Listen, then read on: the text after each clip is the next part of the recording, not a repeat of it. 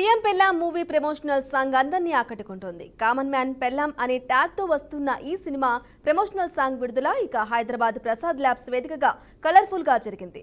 RK films banners పై బొల్ల రామకృష్ణ నిర్మాణ సారథ్యంలో తెరకెక్కిన ఈ సినిమాను దర్శకుడు గడ్డం రమణారెడ్డి రూపొందించారు.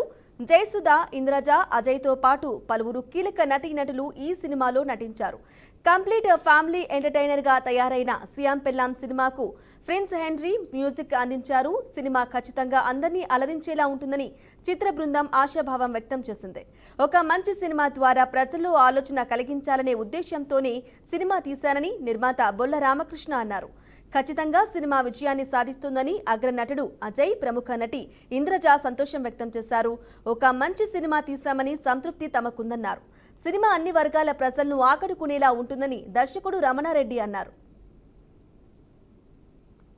ఇక్కడ రావడానికి ప్రైమ్ రీజన్ ఏంటంటే రమణారెడ్డి గారు ఈరోజు నన్ను సర్ప్రైజ్, షాక్, ఒక కైండ్ ఆఫ్ ఎమోషన్లోకి వెళ్ళాను నేను సాంగ్ చేసి.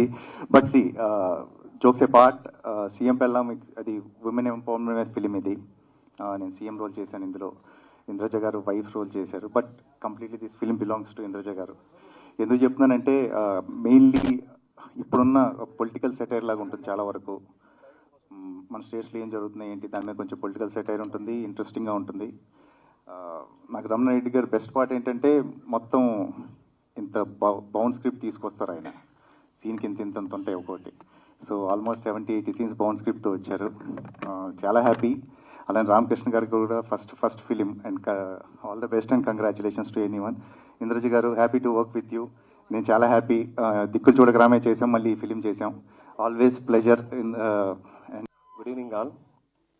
రమణారెడ్డి గారు నా ఆత్మీయ బంధువు, ఆత్మీయ దోస్త్ అన్నట్టు. ఒక రకంగా చాలా దగ్గరగా మేము ఉన్నాము. అనుకోకుండా ఒక రోజు కలిసి నా దగ్గర మంచి స్టోరీ ఉన్నది, మూవీ తీస్తారా మీరు, మనం ప్లాన్ చేస్తున్నాం, ప్రొడ్యూస్ చేస్తారని అడిగారు. దాంతో స్టోరీ విన్న తర్వాత ఒక కామన్ మ్యాన్ సీఎంగా ఎట్లా, సీఎం వైఫ్గా ఎట్లా మేడం ఫీల్డ్లోకి వెళ్తే ఎట్లా ఉంటుంది, కామన్ మ్యాన్గా ఫీల్డ్లోకి వెళ్తే ఎట్లా ఉంటుంది అనే దాని మీద సబ్జెక్టు నాకు నచ్చింది. దాంతో మూవీ ఒప్పుకున్నాం, ప్లాన్ చేసాం. కానీ చాలా బాగా వచ్చింది మూవీ. ఐ థింక్ అందరికి నచ్చుతుందని మనస్ఫూర్తిగా కోరుకుంటున్నాను. Thank you. ఇది ఒక చాలా మంచి కంటెంట్ ఉన్న ఒక కథ. ఐ నో ఒక స్మాల్ బడ్జెట్ ఫిల్మ్. మేమందరం ఎంతో కృషి చేసి ఈ మూవీని తీసుకొస్తున్నాం మీ ముందు. ఇందాక అజయ్ గారు చెప్పినట్టు రమణారెడ్డి గారు అయితే ఒక ఫుల్ బౌండెడ్ స్క్రిప్ట్తోనే వస్తారు. అందులో ఓన్లీ స్క్రిప్ట్ అండ్ డైలాగ్స్ మాత్రమే ఉండదు. కాస్ట్యూమ్స్ దగ్గర నుంచి ఆర్టిస్ట్ ఈ సీన్కి ఏం కాస్ట్యూమ్ వేసుకోవాలి, ఎలా ఉండాలి అని మొత్తం బౌండెడ్ స్క్రిప్ట్ అనమాట. ఇప్పుడు ఈ మధ్య మాకున్న ఒక నమ్మకం ఏంటంటే కంటెంట్ ఉన్న కథల్ని ఆడియన్స్ చూస్తున్నారు. వాళ్ళు స్టార్స్ ఎవరు, ఇందులో ఎవరెవరు చేశారు అన్న దానికంటే కూడా ఎక్కువ ఇంపార్టెన్స్ కంటెంట్కి ఇస్తున్నారు అనేది మాకొక గట్టి నమ్మకం ఇప్పుడు ఈ మధ్య కాలంలో. సో ఆ నమ్మకం మీదే మేము ఈ కృషి చేశాము, ఈ మూవీని మీ ముందుకు తీసుకొస్తున్నాము.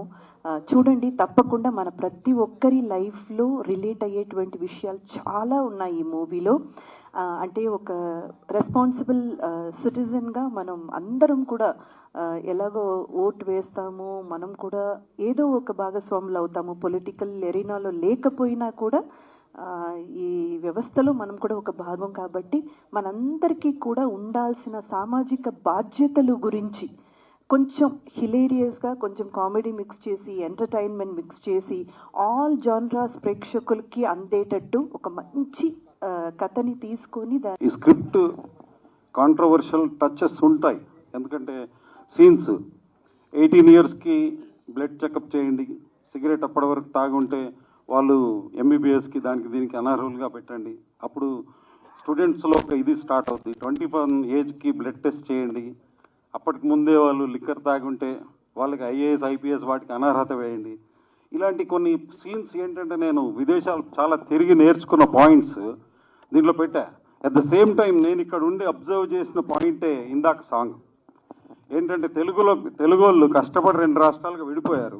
ఒక్కసారి ఆలోచించండి కూర్చొని, విడిపోయింది దేనికి? మన రాష్ట్రాన్ని, అంటే ఎస్పెషల్లీ హైదరాబాద్ని వేరే రాష్ట్రాల వాళ్ళకి వదిలేస్తున్నామా అనేది ఒక పాయింట్ వచ్చింది నాకు.